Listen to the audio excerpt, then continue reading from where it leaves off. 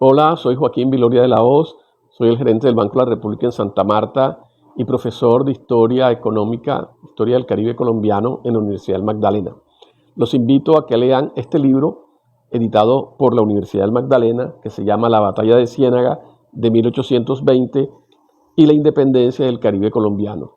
Es un libro importante para nuestra historia y para nuestra identidad cultural del Caribe colombiano, porque en resumen lo que nosotros planteamos en estas 200 páginas es que la batalla de Ciénaga fue trascendental para la independencia del Caribe colombiano, no fue una batalla más. O sea, a partir de la batalla de Ciénaga, que se da el 10 de noviembre de 1820, se da la liberación de Santa Marta. Al día siguiente, las tropas libertadoras entran a Santa Marta. Al año, a partir de la estrategia que se realiza al tomarse la provincia de Santa Marta, las tropas libertadoras, es que se da el asalto final a Cartagena en octubre de 1821 y finalmente se va a dar la liberación del Caribe Gran Colombiano en 1823 con la batalla del lago de Maracaibo, donde el héroe es, que conocemos como el almirante o el general José Padilla, que estuvo precisamente, que fue uno de los héroes de la batalla de Ciénaga y que fue uno de los héroes del bloqueo naval de Santa Marta. Entonces, alrededor de esto, como a partir de una estrategia que ideó Simón Bolívar en agosto de 1820, de que en estricto orden había primero que liberar a Santa Marta, después a Cartagena y después a Maracaibo. Es así como se da la independencia del Caribe Gran Colombiano. Y digo Gran Colombiano porque no es solamente lo que hoy conocemos como Colombia, sino éramos un país integrado por Colombia, Venezuela, Ecuador y Panamá. Y ahí, en estas batallas, estoy metiendo la de 1823, que es la batalla del lago de Maracaibo. Entonces, muy invitados a leer este libro. Se consigue en las diferentes librerías, en la biblioteca y la librería de la Universidad del Magdalena, en la biblioteca del Banco de la República, por supuesto, lo pueden leer y pueden ver una historia con fuentes de archivo más actuales, ¿cierto? De lo que se escribió hace 20 o 30 años en que descalificaban de alguna manera esta batalla, y lo que hacemos nosotros es reivindicar lo que realmente fue la importancia de la batalla de Ciénaga de 1820.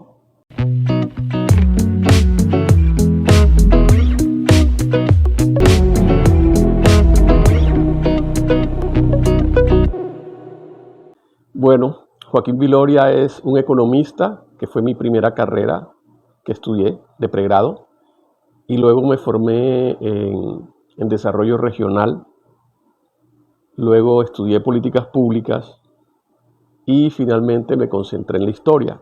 Soy doctor en historia y postdoctor en historia en México, tanto en la Universidad de Puebla como en la Universidad Autónoma de México. He trabajado durante muchos años en el tema tanto de historia económica, historia empresarial como desarrollo regional. Son las disciplinas en las que me he desempeñado durante 20, 25 años aproximadamente. Esa es mi historia, mi actividad laboral, mi actividad científica en la que me desempeño durante hace décadas. Yo creo que en la universidad, cuando estaba estudiando economía, de hecho mi tesis fue sobre un poco como la historia del turismo en Santa Marta. Con todo y que es una tesis, es un trabajo de investigación sobre el turismo y sobre la economía. Hay unos capítulos completos, muy largos, sobre la historia de la ciudad de Santa Marta. De hecho, me meto con las tribus indígenas de la ciudad. Es muy chistoso porque el trabajo de pregrado son 2 volúmenes de aproximadamente 350 páginas cada uno. O sea, yo hice un trabajo de 600, 700 páginas a los 23 años. Entonces, bueno, por ahí comencé a descubrir que me gustaba escribir.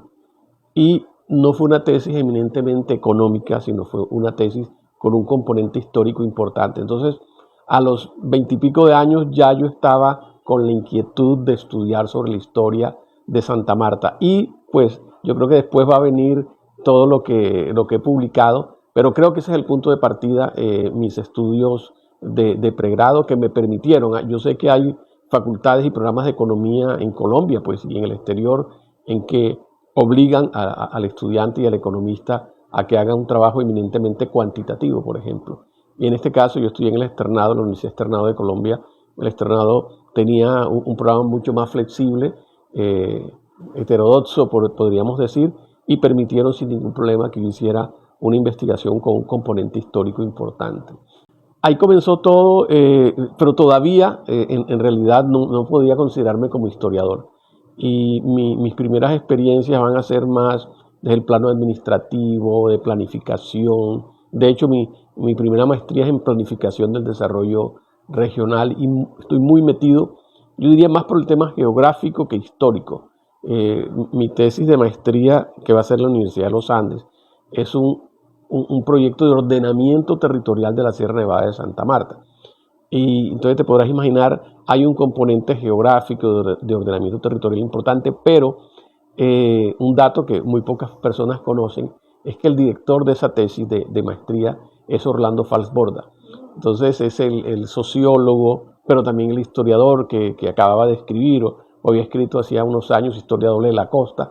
Entonces yo comienzo a meterme en el tema de la historia también con Falsborda, pero él en ese momento, pues yo también, estábamos muy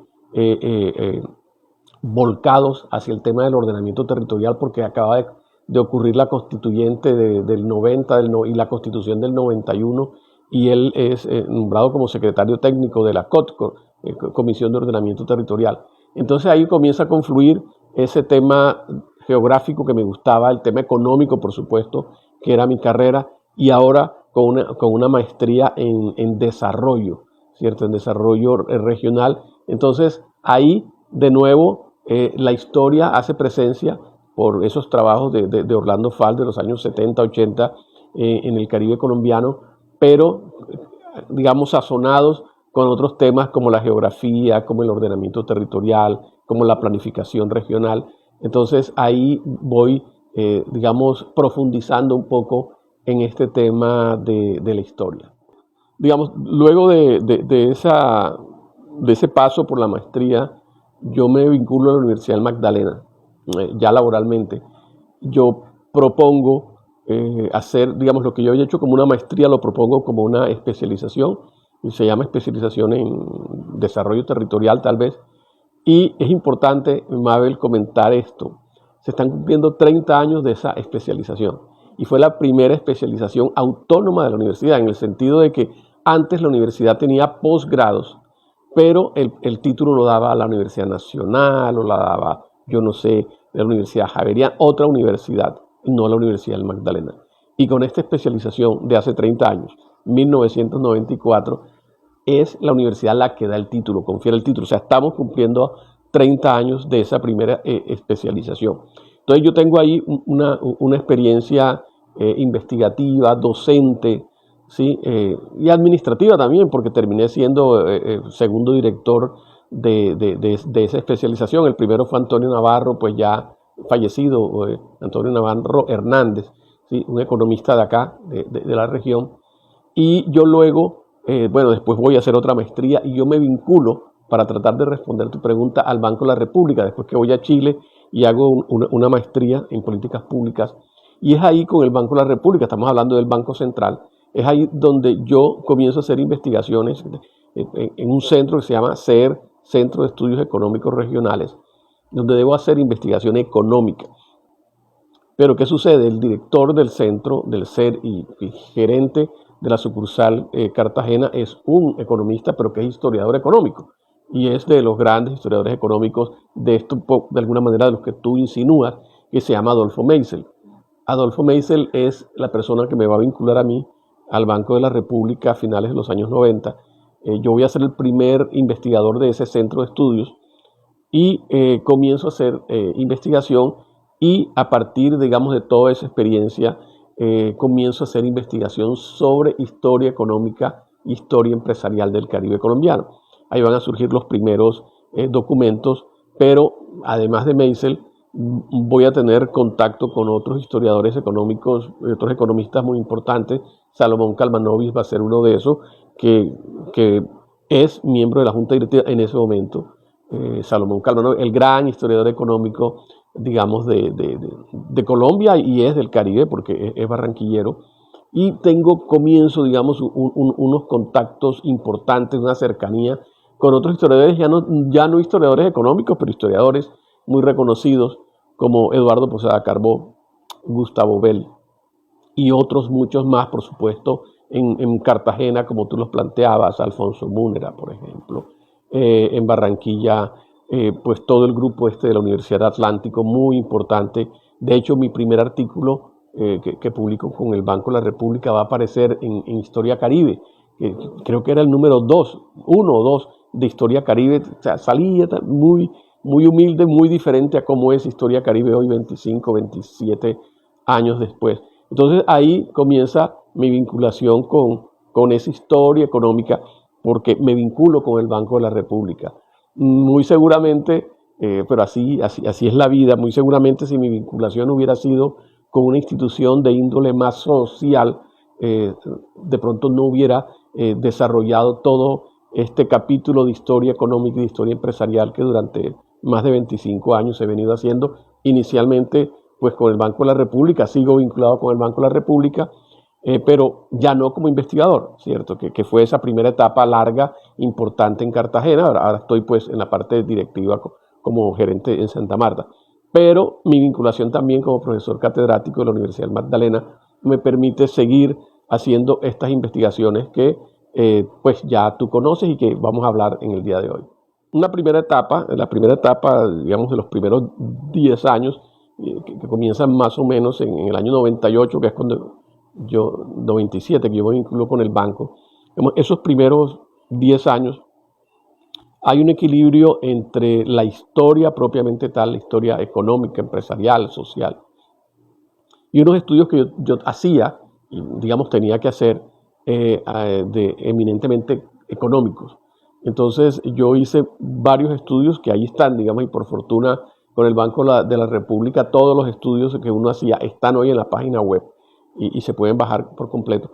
Entonces había una economía regional, una línea de economía regional en que tú puedes encontrarlo, el tema del banano, ¿cierto? La economía bananera en el departamento del Magdalena, la ganadería en Córdoba y el Caribe colombiano, el tema, por ejemplo, de la minería, el carbón, la Guajira y Cesar, el ferroníquel en Córdoba.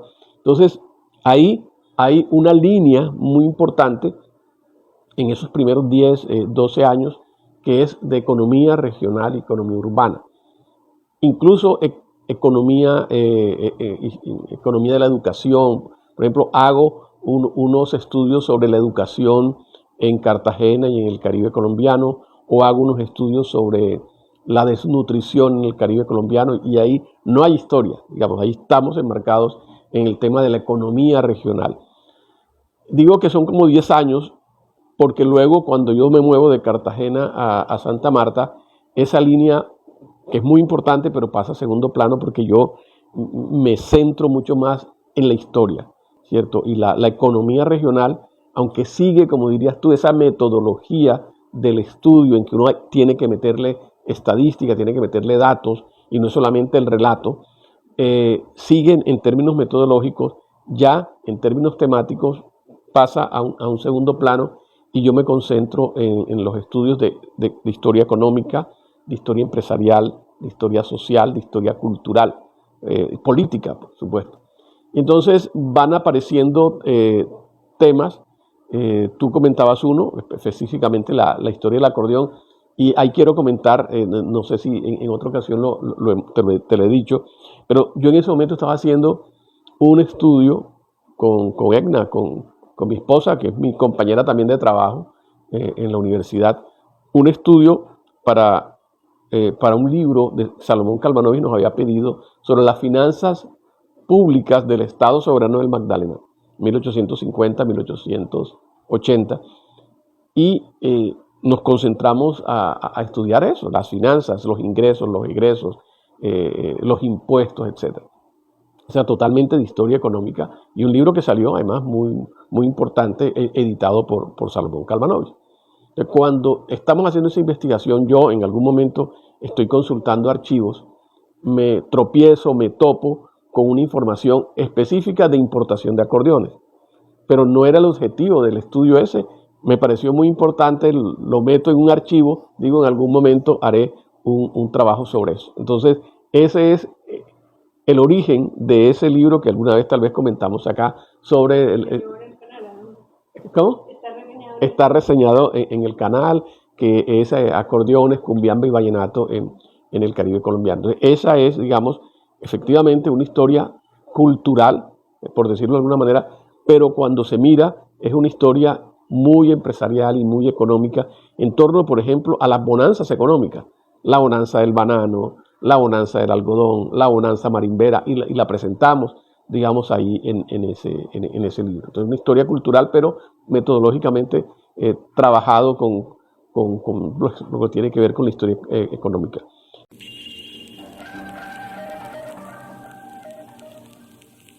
Y luego vienen otros temas, por ejemplo, este libro que tengo aquí en mis manos, que es La Batalla de Ciénaga. En el año 2020 conmemoramos los 200 años de la Batalla de Ciénaga. Y yo, como samario, magdalenense, caribeño, siempre estaba inconforme con la poca importancia que se le daba a una batalla, pero asimismo la desinformación que eso generaba, ¿no? Entonces, todos nos basábamos en una apreciación que hizo una persona que estuvo en la batalla. Bueno, ahora recuerdo el nombre, un irlandés. Él está en la batalla. En 1820 él se va para Bolivia, él se radica en Bolivia, muere en Bolivia, y a punto de morir su nieto le dice: abuelo, vamos a escribir las memorias, que recuerdas, y él casi que en su lecho de muerte, 50 años después, comienza a recordar cosas. Y eso era lo que teníamos nosotros en la batalla de Ciénaga, de esta persona que efectivamente estuvo en la batalla, pero lo estaba recordando en su senectud, ¿cierto? En Bolivia, 70, 50 años después. Entonces yo estaba inconforme, decía: es que la batalla de Ciénaga no pudo ser eso, lo que dice este personaje, nada más, en 4 líneas o en 4 páginas. Y yo comencé a investigar precisamente para organizamos un evento en el 2020, Banco de la República, Santa Marta, Universidad Magdalena, Academia de Historia, Colombiana de Historia, etc. Estamos en plena pandemia, fue un evento híbrido, recuerdo, fíjate, 2020, plena pandemia, sí, fue medio híbrido, pero fue mucho más virtual. Y presentamos, digamos, varios investigadores este tema con el compromiso: tenemos que ir más allá, y tengo que encontrar el nombre de este militar, que te lo daré ahorita porque ahora se me escapa. O'Connors, Francisco Connors. Y yo decía: tenemos que ir un poco más allá de O'Connors, y comienzo a revisar archivos. Pero una de las cosas importantes que ha sucedido con los grandes héroes de nuestra independencia, que es Bolívar y Santander, o sea, que uno de pronto a veces dice: estamos hasta aquí de Bolívar y de Santander y del 7 de agosto y del 20 de julio, etc. Pero lo que han hecho los bolivarianos es que han recogido hasta la última carta de Simón Bolívar, que le escribió yo no sé a quién, y entonces todo lo han publicado. Entonces eso permitió que yo me metiera, por un lado, a los archivos, pero por otro lado también a toda esa correspondencia publicada, que la publicó O'Leary, el general O'Leary, uno de los tantos, ¿cierto? Porque hay 50.000 personas que han recogido, Lecuna, exacto, Cortázar, o sea, muchísimos más.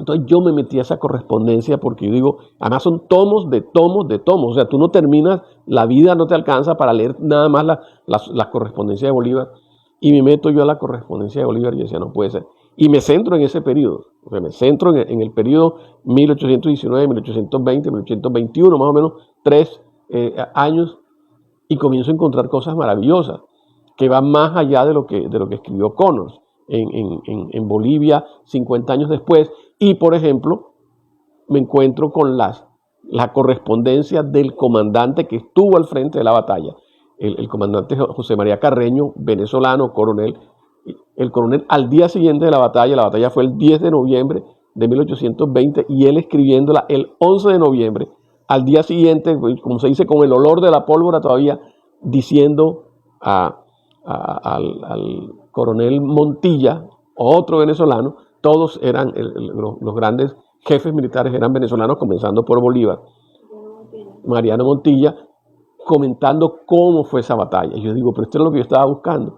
No tiene nada que ver o muy poco que ver con lo que dice O'Connor. Este hombre estaba ahí al día siguiente, no se le podía olvidar, no podía tener demencia senil. No, o sea, ahí estaba él viendo los muertos, contándolos, y una cosa maravillosa. Y luego Padilla escribe otras cosas, y luego Montilla escribe otras cosas, y están en la correspondencia, ¿cierto? Y otras cosas que no están en la correspondencia que logramos leer y rescatar en el Archivo General de la Nación, etc. Entonces, eso hace que yo particularmente pueda tener un artículo mucho más sustentado, ir mucho más allá de lo que se había repetido, en que nosotros mismos, como historiadores, como costeños, como samarios, etc., repetíamos. Entonces había 3 frases de cajón. 1. La batalla de Ciénaga duró lo que dura un partido de fútbol, 90 minutos para descalificarla. 2. En la batalla de Ciénaga, eso no fue batalla, ahí no hubo plomo, ¿cierto? Ahí no hubo nada. La batalla de Ciénaga fue una masacre en que los indios se emborracharon y fueron al sacrificio. ¿Sí? Y eso lo repetíamos porque de alguna manera era lo que O'Connor había dejado ahí. O sea, los indios se emborracharon y se le tiraron encima a los patriotas, y los patriotas no hicieron sino pasar el sable o lo que sea y murieron. Entonces, cuando uno comienza a leer a Carreño, a Montilla, se da cuenta que fue muy diferente a eso. Entonces, bueno, así yo escribo mi artículo, pero hay otros investigadores que escriben cosas similares con las fuentes similares u otras fuentes. Entonces tenemos por ejemplo, Carlos Rodado Noriega, que ha sido ministro, gobernador, etcétera, pero es un historiador, ¿sí? Economista también, formado en Inglaterra, pero es un historiador de la Academia Colombiana de Historia, etcétera, y un tipo muy riguroso y que al estar también en la academia tiene acceso a los archivos de manera relativamente fácil, por decirlo de alguna manera. Entonces Carlos Rodado escribe un artículo también relacionado con eso.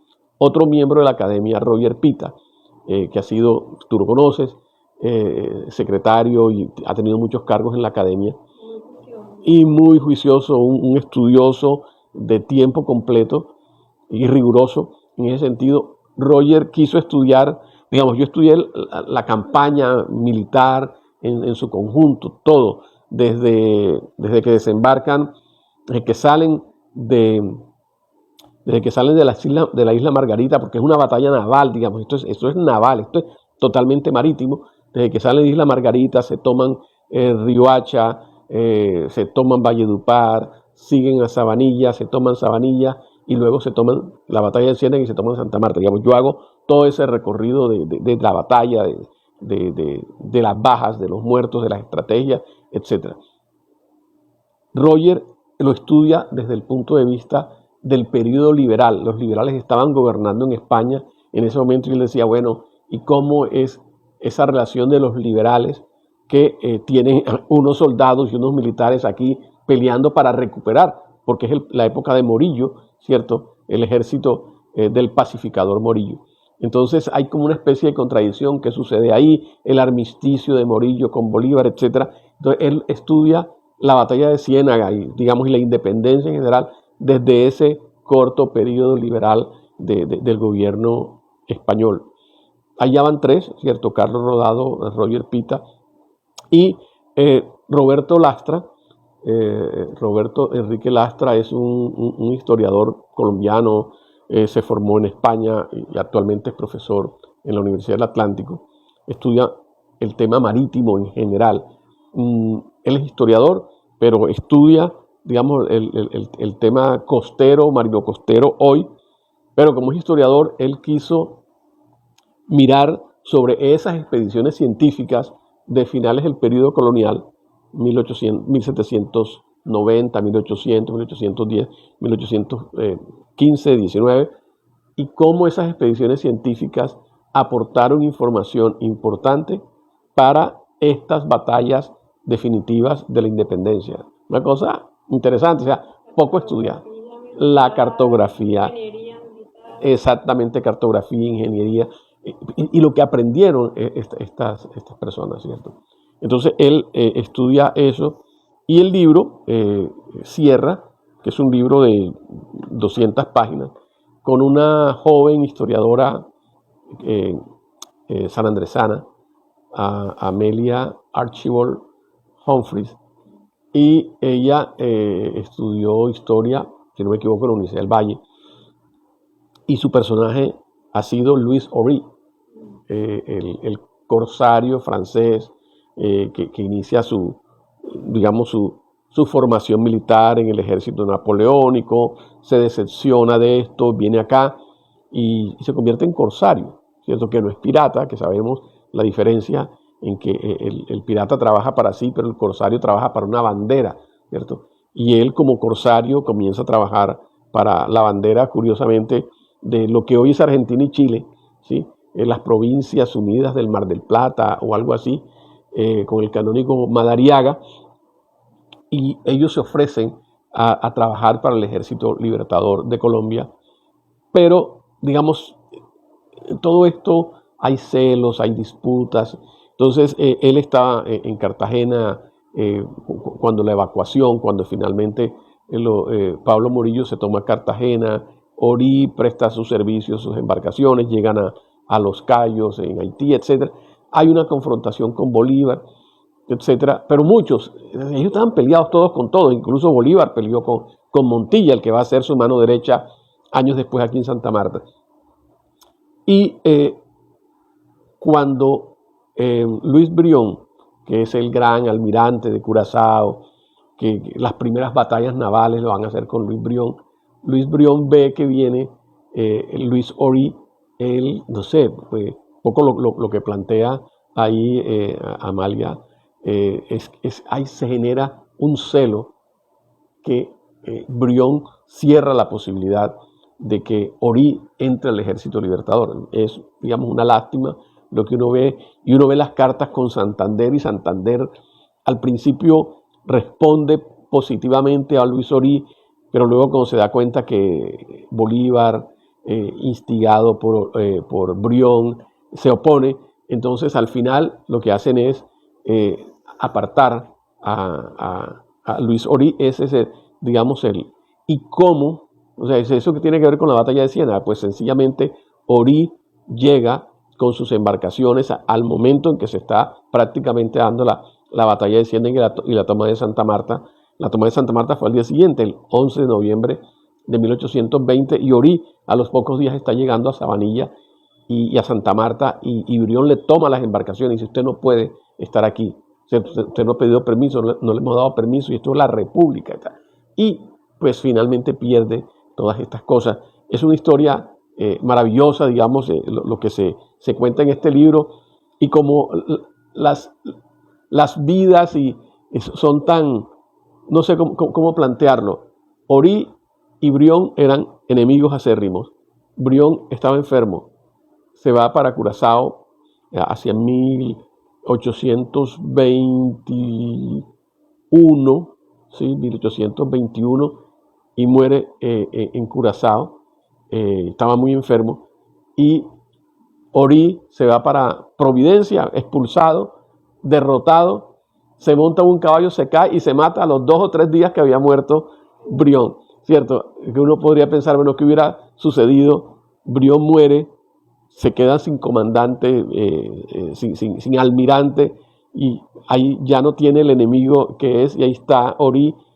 ¿Qué hubiera pasado? Pero él va, se monta un caballo y se mata, entonces no hay ninguna posibilidad, y los dos desaparecen de alguna manera, y pues pero queda el que va a ser almirante Padilla, y va a ser, digamos, el gran héroe naval, pues de la batalla del lago de Maracaibo. Entonces esto es nuestro libro, La batalla de Ciénaga de 1820 y la independencia del Caribe colombiano.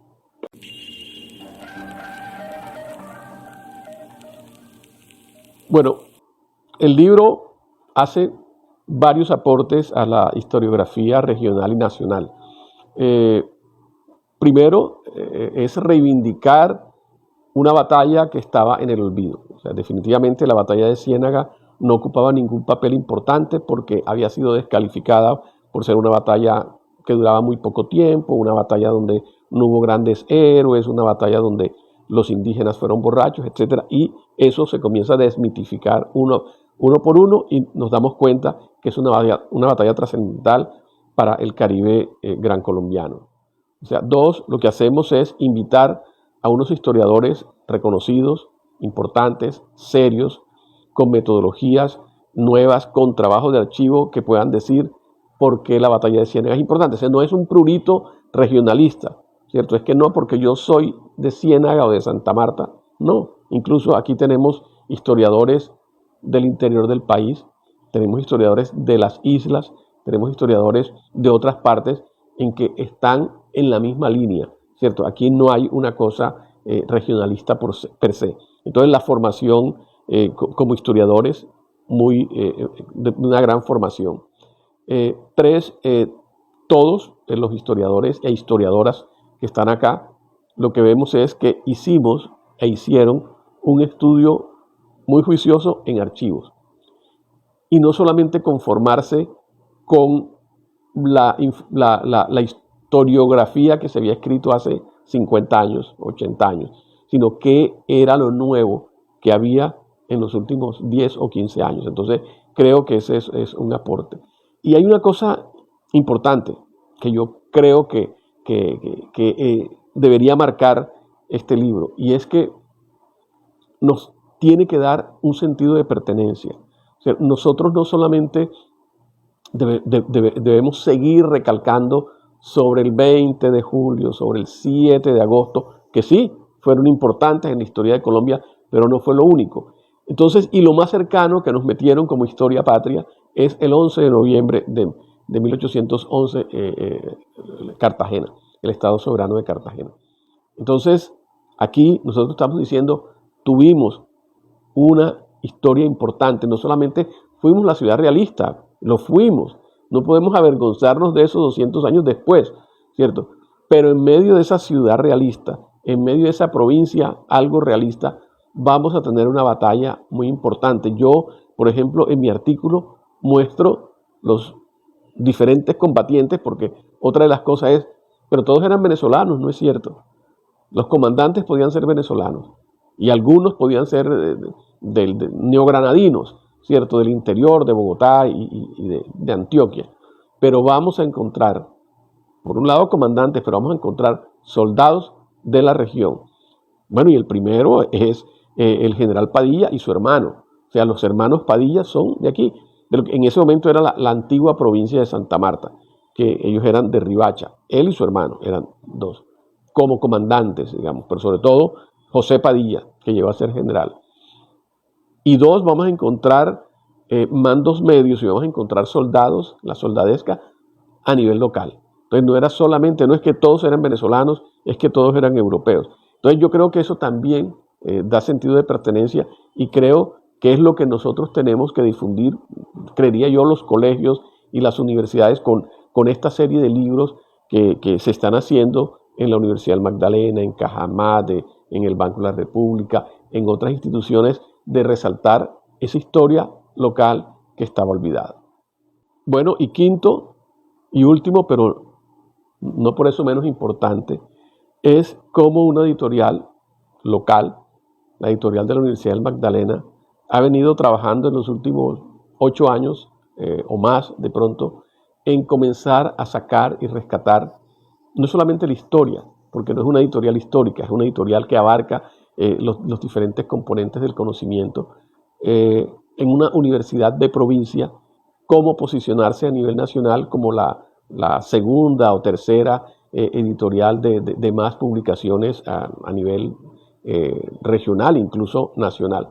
Eso es importante, digamos, importante que una ciudad mediana como Santa Marta, una universidad mediana como la Universidad del Magdalena, tenga un sello editorial que hoy a nivel nacional se reconoce, y precisamente aquí uno de esos sellos es Santa Marta 500 años. Estamos a puertas de cumplir 500 años y estamos a puertas de una celebración o de una conmemoración por los 500 años de la fundación de la ciudad de Santa Marta.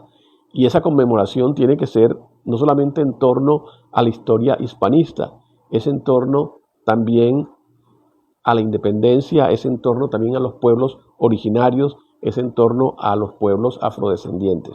Y es eso lo que se ha venido trabajando en la editorial de la Universidad del Magdalena, y esto es uno de los libros, pues fruto de ese trabajo de un equipo muy importante.